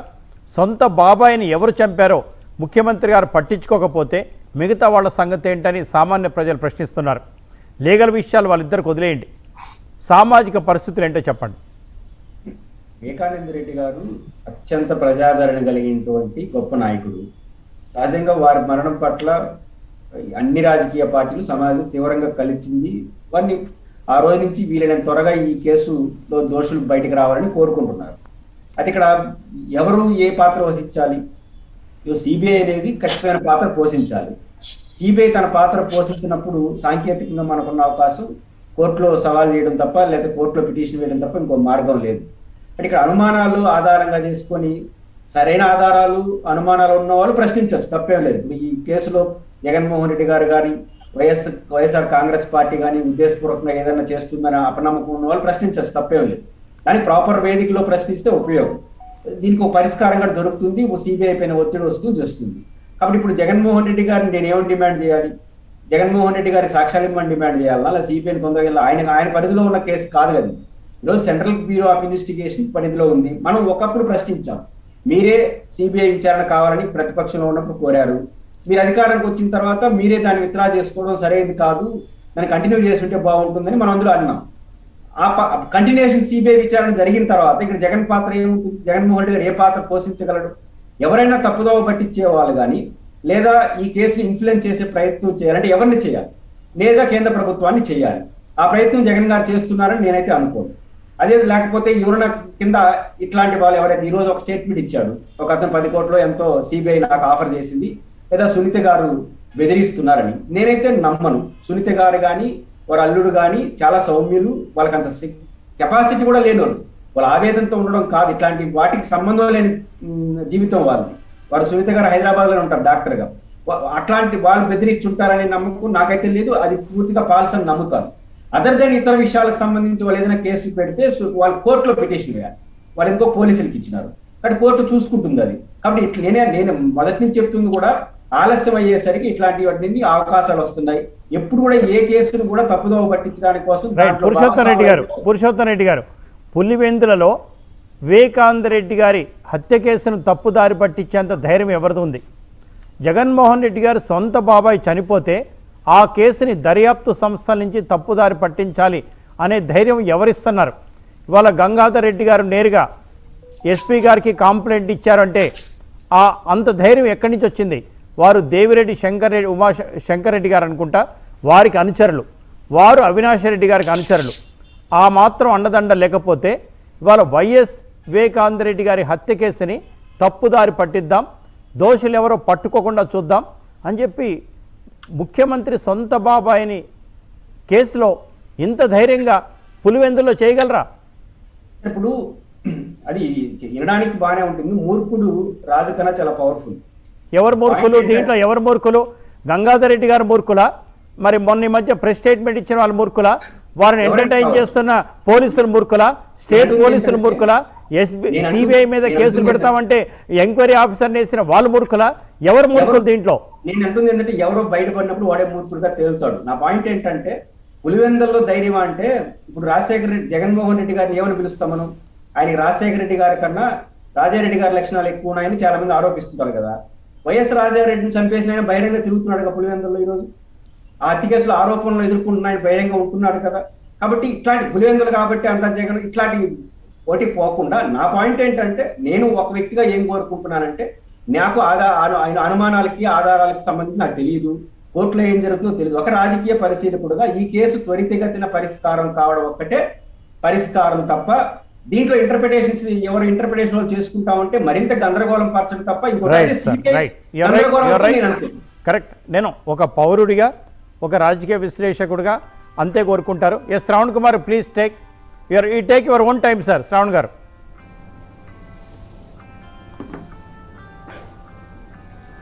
సాంబశివరావు గారు, నేను ఈ అంశంలో పురుషోత్తం రెడ్డి గారు కర్ర ఎరగకుండా పాము చావకుండా మాట్లాడినారనిపిస్తుంది నాకు. ఎందుకంటే ఓకే, అఫ్కోర్స్ ఆయనకున్నటువంటి అభిప్రాయాన్ని మనం తప్పుపట్టలేం, కానీ బట్ ఏదేమైనా ఒక సీరియస్ కేసుని ఇన్ని సంవత్సరాల పాటు ఆగమ్య గోచరంగా ఒక కన్ఫ్యూజన్ స్టేట్ ఆఫ్ మైండ్లో పెట్టడం అనేది అభ్యంతరకరమైనటువంటి అంశం. ఎందుకంటే 2021లో కూడా ఇన్ని సంవత్సరాల తర్వాత కూడా సఫిస్టికేటెడ్ ఇన్వెస్టిగేషన్ ప్రాసెస్, ఒక్క మొబైల్ నెంబర్ తోటి అసలు ఎవరెవరు ఎక్కడున్నారో పట్టుకోగలిగినటువంటి ఇన్ఫర్మేషన్ ఉన్నటువంటి సెంట్రల్ బ్యూరో ఆఫ్ ఇన్వెస్టిగేషను ఈ కేసులో ఎందుకు ఇంత కన్ఫ్యూజన్ స్టేట్ ఆఫ్ మైండ్లోకి వెళ్ళిపోతుంది అనేది సామాన్యులకు అర్థం కావటంలా. సరే మాలాంటి వాళ్ళకి ఒకటో కొద్దో గొప్ప ఎందుకు ఇట్లా చేస్తున్నది అర్థమైన సామాన్యులకి ఇది చాలా ఆగమగోచరంగా ఉంది. ఎందుకంటే పోలీసులు తలుచుకుంటే, సహజమైనటువంటి పోలీసులు, సాధారణమైన పోలీసులు తలుచుకుంటేనే ఒక ఇన్వెస్టిగేషన్ చేయాలి అని అనుకుంటే 48 అవర్స్లో అది ఎంత పెద్ద కేసైనా క్రాక్ చేయగలరు. అలాంటిది సెంట్రల్ బ్యూరో ఆఫ్ ఇన్వెస్టిగేషన్ తలుచుకుంటే చేయగలిగిన సామర్థ్యం ఉన్నటువంటి ఆఫీసర్లని ప్రగాఢంగా నమ్మేటువంటి వ్యక్తిని, అలాంటి ఆఫీసర్లు కూడా ఉన్నమాట వాస్తవం. అందులో డౌటే లేదు. వాళ్ళ విఘ్నతను కానీ వాళ్ళ క్యాలిబర్ని కానీ ఇన్వెస్టిగేషన్ ప్రాసెస్లో తప్పుపట్టే అవకాశం లేనే లేదు. ఎందుకంటే ఒక ప్రాసెస్ని ఎట్లా చేయాలి అనే దాని మీద చాలా హైలీ ట్రైన్డ్ ఆఫీసర్స్ ఉంటారు దాంట్లో. కానీ దురదృష్టం ఏంటి అంటే వాళ్ళకున్నటువంటి ట్రాక్ రికార్డు వాళ్ళని అంత హైలీ ఇన్ఫ్లుయెన్షియల్గా చేయటంలా. మరి ఎందుకు అంత అద్భుతమైన ట్రాక్ రికార్డు ఉన్న వాళ్ళు central bureau of investigation statistical reports తీసుకుంటే సాంబశివరావు గారు హై ప్రొఫైల్ కేసెస్లో వాళ్ళు కేసులు పెట్టినవి కోర్టు ముందు నిరూపించినవి 3.9% కేసెస్ మాత్రమే. అంటే 96.7% cases are being acquitted high profile కేసెస్లో. జనరల్ కేసెస్లో 64%, 65% కన్విక్షన్ రేట్ ఉంది. అంటే 100 కేసులు పెడితే 65 కేసుల్లో సక్సెస్ అవుతున్నారు. అంటే సాధారణమైన కేసులు అంటే ఎవరు? అక్కడ కూర్చున్న సాంబశివరావు గారు, ఇక్కడ కూర్చున్న శ్రవణ్ కుమారు, వీళ్ళందరూ సాధారణమైనటువంటి పౌరులు, నో పొలిటికల్ బ్యాక్గ్రౌండ్, డబ్బు లేని వాళ్ళు, పొలిటికల్ బ్యాక్గ్రౌండ్ లేని వాళ్ళు. అయితే ఈ హై ప్రొఫైల్ కేసెస్లో ఎందుకు ఇంత తక్కువ కన్విక్షన్ రేట్ ఉంది అని ఆన్సర్ చెప్పాల్సింది మాత్రం సెంట్రల్ బ్యూరో ఆఫ్ ఇన్వెస్టిగేషనే. ఎందుకు అంటే హై ప్రొఫైల్ కేసెస్లో ఒకలాగా, లో ప్రొఫైల్ కేసెస్లో ఒకలాగా ఇన్వెస్టిగేషన్ చేస్తున్నారు అని వాళ్ళ స్టాటిస్టిక్సే చెప్తున్నాయి. నేనే ప్రత్యేకంగా దీన్ని వాళ్ళ మీద దుమ్మెత్తిపోయటంలా. అయితే ఈ పర్టికులర్ కేసులో నేననేది మీరు విచారించదగినటువంటి ఎవరైనా విచారించారా? ఇప్పుడు ఆగస్టు 30వ తారీఖున 164 స్టేట్మెంటు జడ్జి గారి ముందు చెప్పారు. జడ్జి గారి ముందు చెప్పిన తర్వాత జడ్జి గారికి ఏం చెప్పారు, ఎలా చెప్పారు అనేది ఇన్వెస్టిగేషన్ ఏజెన్సీకి తెలుసుకునే హక్కు ఉంది. ఖచ్చితంగా ఆ రోజు సాయంత్రానికే ఈ జడ్జి గారి ముందు ఏం చెప్పాడు, ఏ కాన్సెప్ట్లో చెప్పారు అనేది స్టేట్మెంట్ బయటికి రాకపోవచ్చు, కానీ ఏం చెప్పాడో కంప్లీట్గా వాళ్ళకి ఇన్ఫర్మేషన్ వెళ్ళిపోతుంది. ఎందుకంటే 164 స్టేట్మెంట్ అనేది ఓపెన్ కోర్టులో రికార్డ్ చేసేది కాబట్టి, అది కాన్ఫిడెన్షియల్గా ఒక రూమ్లోకి తీసుకెళ్ళి రికార్డ్ చేసేది కాదు కాబట్టి, సో ఓపెన్ కోర్టులో రికార్డ్ చేయాలి కాబట్టి, సో ఖచ్చితంగా సిబిఐకి ఇన్ఫర్మేషన్ ఉండి ఉంటుంది. ఈ 164 స్టేట్మెంట్లో దస్తగిరి చెప్పినటువంటి అంశాల తర్వాత వీళ్ళ ఇన్వెస్టిగేషన్ ఏ లైన్లోకి వెళ్ళింది, ఇది ఆన్సర్ చేయాలి కదా వాళ్ళు, సిబిఐ వాళ్ళు. ఇదిగో 164 స్టేట్మెంట్ తర్వాత ఇదిగో మేము అలాగని చెయ్యాలి చెయ్యొద్దు అని నేను చెప్పడానికి ఇక్కడ లేను, because we are not proper person to say, but it is the wisdom of the CBI central bureau of investigation. ఒక్కసారి మెజిస్ట్రేట్ గారి ముందు, జడ్జి గారి ముందు చెప్పిన తర్వాత వారిని మరలా పిలిచి విచారించాలి, ఈ లైన్స్లో కూడా విచారించాలని విజ్డమ్ ఏమైపోయింది అంటున్నా నేను. దాని మీద ప్రజలకు సమాధానం చెప్పొద్దా? బయటకు వచ్చి ఎస్ 164 స్టేట్మెంట్ తర్వాత మేము మరలా ఇన్వెస్టిగేషన్ ఈ పరిధిలో కొనసాగిస్తున్నామని చెప్పాల్సిన బాధ్యత ఇన్వెస్టిగేషన్ ఆఫీసర్కి లేదా? ఇన్వెస్టిగేషన్ ఆఫీసర్ మీడియా కనీసం ఒక్కరోజు మీడియా ముందు మాట్లాడారా? ఇది సీక్రెట్గా జరిగేటువంటి అంతర్జాతీయ పాకిస్తాన్తో సంబంధించినటువంటి టెర్రరిస్టు సంబంధించినటువంటి అంశాల మీరు సీక్రెట్గా చేసుకుంటూ వెళ్ళిపోవడానికి? Every minute the people of this country, people of this state should know what is happening in the investigation process. అలాగని మీరు ఎవరిని పట్టుకోబోతున్నామో అని చెప్పాల్సిన అవసరం లేదు, కానీ ఇన్వెస్టిగేషన్ ఎలా చేస్తున్నామో చెప్పాల్సిన బాధ్యత, దోషులు ఎవరైనా దొరికారా చెప్పాల్సిన బాధ్యత, కొత్త స్టేట్మెంట్లు వచ్చినప్పుడు దాని మీద వాళ్ళ ప్లాన్ ఆఫ్ యాక్షన్ అని చెప్పాల్సిన బాధ్యత సిబిఐ ఆఫీసర్లకు ఉంటుంది. మీరు చూస్తూనే ఉంటారు కదా, చాలా మంది పోలీసులు వచ్చి రేపు పట్టుకుంటాం, ఎల్లుండి పట్టుకుంటాం, ఎస్పీ వచ్చి మాకు నిందితులు దొరికారంటారు. అలాగా ఈ కేసులో ఎందుకు జరగటంలా? పెద్దవాళ్ళని రక్షించడానికి మీరు ప్రయత్నం చేస్తున్నారా? ఒక మెంబర్ ఆఫ్ ఈ రాష్ట్రానికి ఒక అత్యున్నతమైనటువంటి మంత్రిగా, ఎమ్మెల్యేగా, ఎమ్మెల్సీగా, ఒక ముఖ్యమంత్రి గారి తమ్ముడుగా, ఇప్పుడు ప్రజెంట్ ముఖ్యమంత్రి గారి బాబాయిగా ఆయనకు ఉన్నటువంటి నేపథ్యాన్ని కూడా మీరు దాన్ని కూడా సీరియస్గా తీసుకోకుండా ఒక సాధారణమైన వ్యక్తి కేసైనా చేయాలి, నీ కాదనటంలా. కానీ సిబిఐ వచ్చి చేసింది ఏంటి? ఆ కుటుంబానికి చివరికి అడిదిప్పి తిప్పి ఆ కుటుంబం మీద ఎవరైతే సిబిఐ ఎంక్వైరీ కోరుతూ హైకోర్టులో కేసేసారో వాళ్ళు ఆ కుటుంబం మీద అపవాదులు వేసే స్థాయికి ఈరోజు వ్యవస్థ దిగజారిపోయింది. అంటే ఇంతకంటే సిగ్గుచేటు ఇంకా ఈ పోలీస్ వ్యవస్థకి ఏముంటుంది?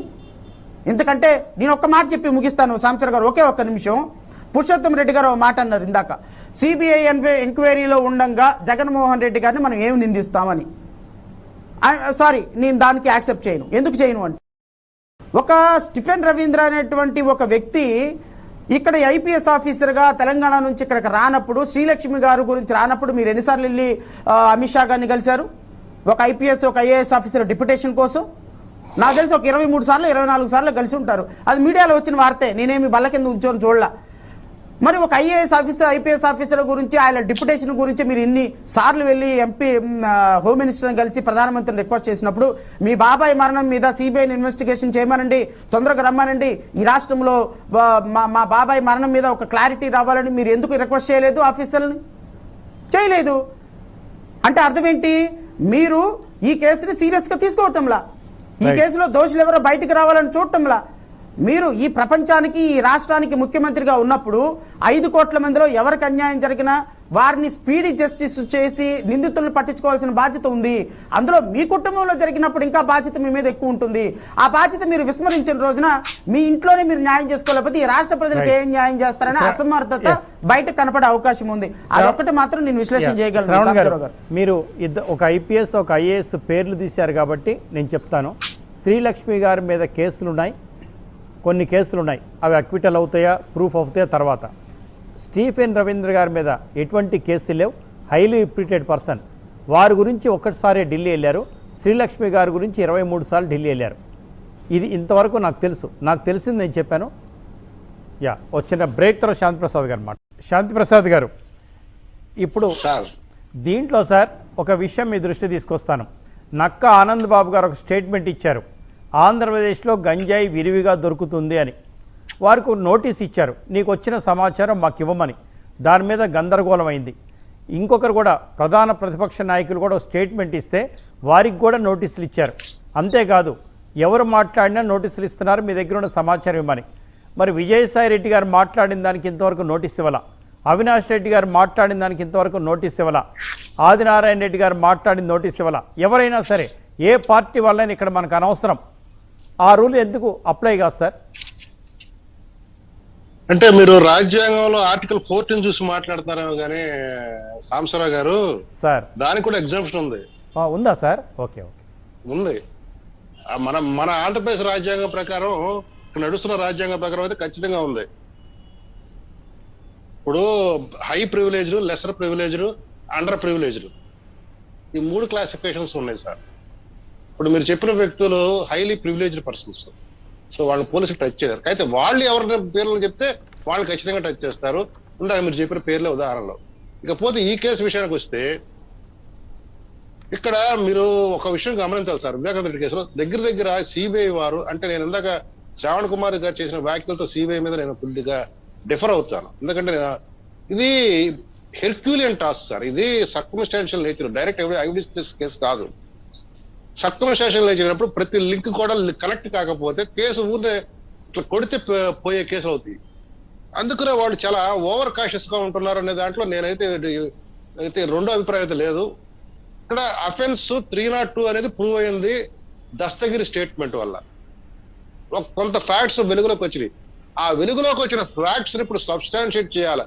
దేనికి సంబంధించి సెక్షన్ 201 కానీ 107 or 109 కానీ, లేకపోతే 120B సంబంధించి కానీ, వాటికి సంబంధించి ఇంతబడికి సాక్ష్యాలు వీళ్ళు సిబిఐ సేకరించాల.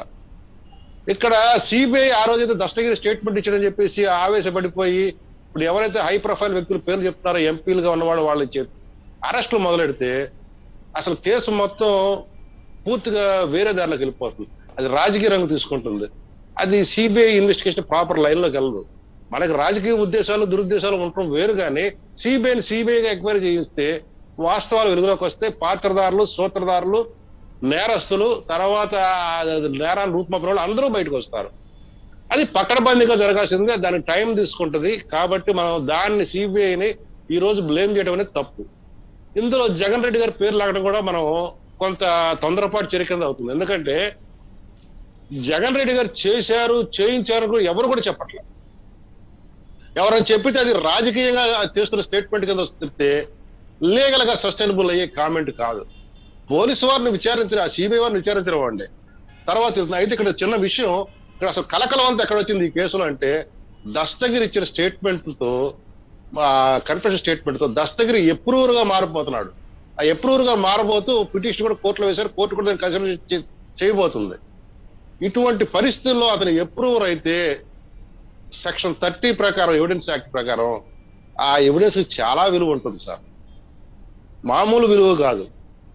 అతను ఆల్మోస్ట్ ముద్దాయి టర్న్ ఇంటూ విట్నెస్. తను కూడా అందులో భాగస్థుడై ఉన్నాడు. ఆ నేరం తను కూడా చేశాను ఒప్పుకుంటున్నాడు. దానికి సంబంధించిన ఆయుధాలు ఎక్కడి నుంచి తెచ్చామో, ఆయుధాలు ఎక్కడ దాచానో కూడా అతను చెప్పుకుంటూ వచ్చాడు. కాబట్టి చాలా రెలవెన్స్ ఉంది.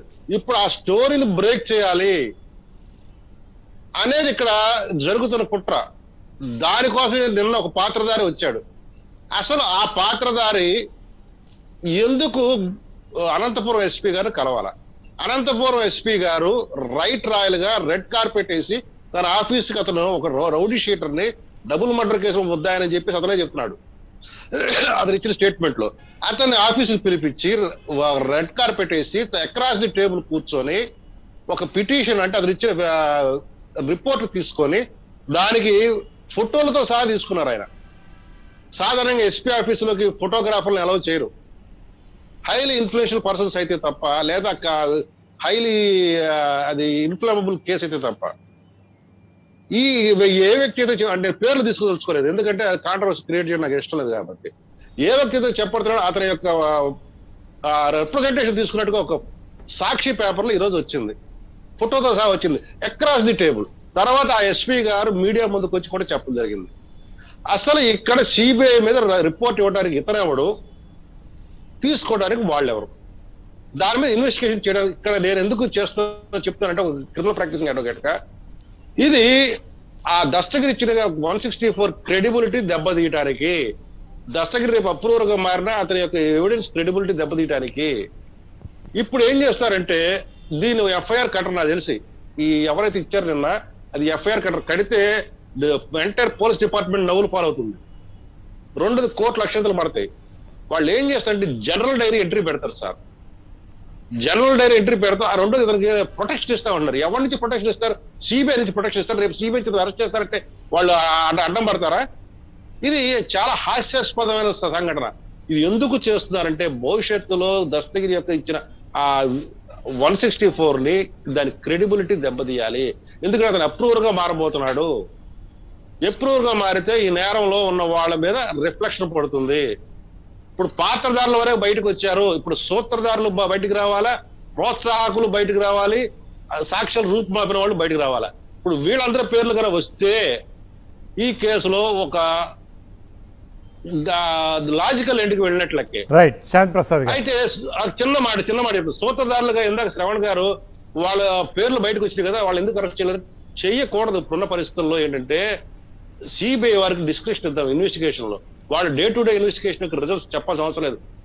ఆ రోజు ఏదో జగన్ రెడ్డి గారి మీద జరిగింది, day to day bulletin health bulletin లాగా ఇచ్చారంటే అది కూడా తప్పే. నేనైతే ఒక లీగల్ ప్రాక్టీస్ అది తప్పే. ఒకే ఒక విషయం చెప్తాను, దాంతో ముగించేస్తాను నేను.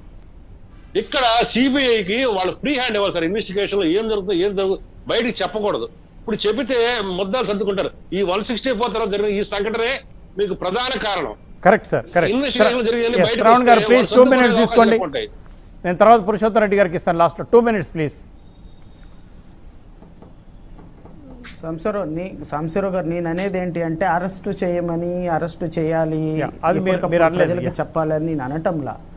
కానీ ఒక 164 స్టేట్మెంట్ వచ్చినప్పుడు వారిని కనీసం పిలిచి విచారించేటువంటి ఇంప్రెషన్ అన్న ఇవ్వాలి కదా అంటున్నా. నో డౌట్ శాంతి ప్రసాద్ గారు చెప్పినట్టు సిబిఐకి అబ్సల్యూట్ పవర్స్ ఉన్నాయి.